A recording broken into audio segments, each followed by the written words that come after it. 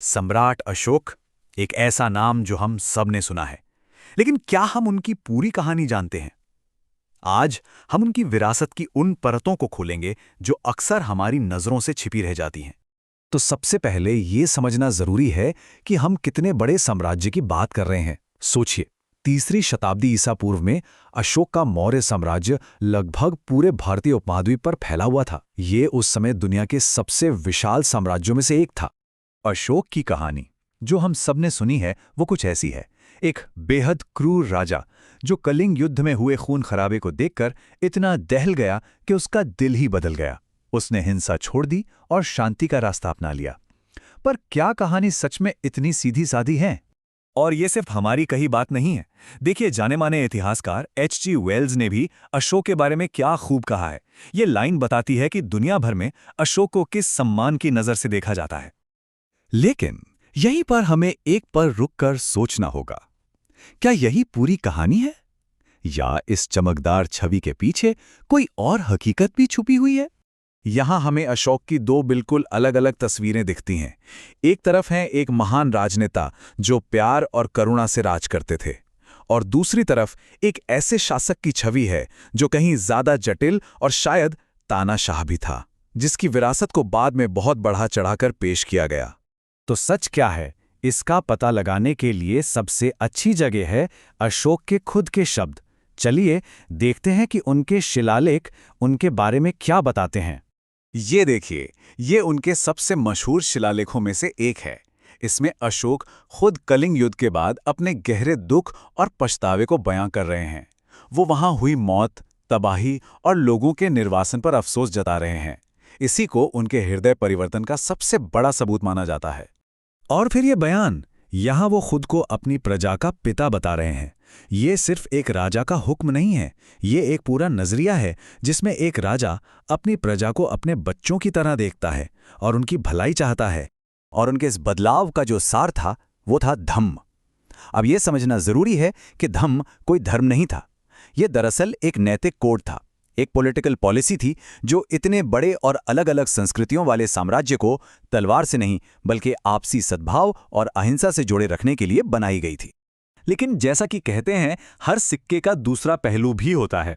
तो अब जरा दूसरा पहलू भी देखते हैं। कुछ ऐतिहासिक तथ्य अशोक की इस संत वाली छवि पर सवाल खड़े करते हैं। चलिए उन पर एक नजर डालते हैं। कुछ विश्लेषकों का मानना है कि कलिंग युद्ध के बाद अशोक के बौद्ध बनने की कहानी महज एक कहानी है। हो सकता है वो पहले से ही बौद्ध धर्म की तरफ झुके हुए थे। कुछ ग्रंथ तो ये तक दावा करते हैं कि उन्होंने जैनों की हत्या का हुक्म दिया था और उनके सिर पर इनाम भी रखा था। और एक और दिलचस्प बात, उन्होंने खुद के लिए प्रियदर्शी उपाधि चुनी, जिसका मतलब है देखने में सुंदर, जबकि कई सोर्स कहते हैं कि वो कुरूप थे। इतना ही नहीं, कहा जाता है कि उनके पिता बिंदुसार भी उन्हें पसंद नहीं करते थे। और उनका ये जो धम्म का पूरा सिस्टम था वो भी एक महंगा फेलियर साबित हुआ। ये तर्क और भी गहरा जाता है। कुछ का मानना है कि उनके जन्म की कहानियों को भी बदला गया ताकि उनके राजा बनने को सही ठहराया जा सके। उन्हें एक ऊंची जाति की मां का बेटा बताकर एक जायज उत्तराधिकारी के तौर पर पेश किया गया। मतलब ये एक तरह का पॉलिटिकल प्रोपेगेंडा था।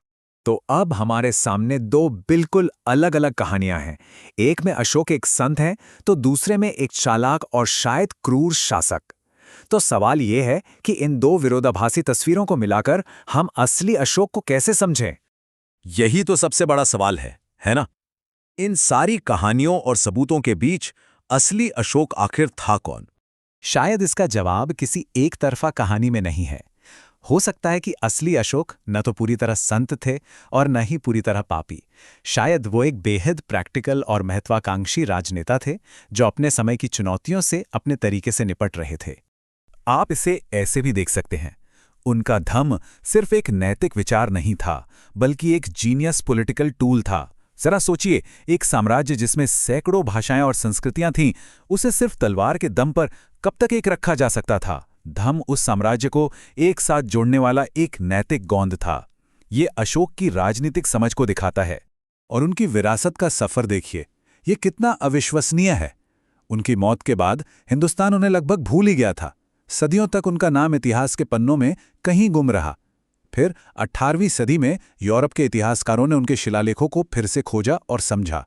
और आज आज़ाद भारत का राष्ट्रीय प्रतीक, हमारे झंडे का अशोक चक्र, ये सब अशोक की ही तो विरासत है। एक भुला दिया गया सम्राट आज एक पूरे राष्ट्र की पहचान है। और ये हमें एक आखिरी सवाल पर लाकर छोड़ देता है। जब अतीत को वर्तमान की ज़रूरतों के हिसाब से बार बार लिखा जाता है, तो हम सच और कहानी में फ़र्क कैसे करें? अशोक की कहानी हमें यही याद दिलाती है कि इतिहास सिर्फ बीते हुए कल की घटनाओं का लेखा जोखा नहीं है, बल्कि ये इस बात पर भी निर्भर करता है कि कहानी सुना कौन रहा है।